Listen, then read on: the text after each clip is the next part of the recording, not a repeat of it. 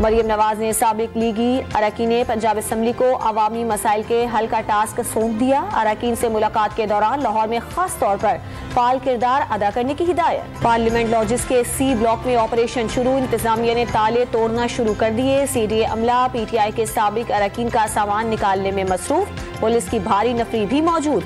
साबिक रुकने असम्बली फर्रुख हबीब का लॉज खाली करवा लिया गया। आपारा पुलिस की तहवील में शेख रशीद की हवालगी का तनाजा, कराची पुलिस तहवील के लिए इस्लामाबाद पहुंच गई। मरी पुलिस भी हवालगी की मुंतजिर। आपारा पुलिस का जिस्मानी रिमांड का जवाब पेश करके हवालगी से इनकार। कल मजीद जिस्मानी रिमांड के लिए अदालत में पेश किया जाएगा। रिमांड न मिला तो मरी या कराची पुलिस अदालती अहकामात पर शेख रशीद को अपने साथ ले जा सकती है। आपारा पुलिस का जवाब। पेशावर के एडिशनल एडवोकेट जनरल शुमाइल अजीज ओहदे से मुस्ताफी। निगरान वजीर आला खैबर पख्तूनख्वा को खत में एडवोकेट जनरल शुमाइल भट्ट को गैर कानूनी तरीके से हटाए जाने का शिकवा, एहतजाजन इस्तीफा दिया। शुमाइल अजीज का मौक़िफ़। पंजाब और खैबर पख्तूनख्वा इंतखाबात पर इलेक्शन कमीशन की अहम बैठक। रजिस्ट्रार हाईकोर्ट पंजाब और KPK से जुडिशियल अफसरान की खिदमात मांग ली। कौमी असम्बली की 86 खाली नशिस्तों पर ज़िमनी इंतखाबात से मुताल्लिक भी तबादला ख्याल।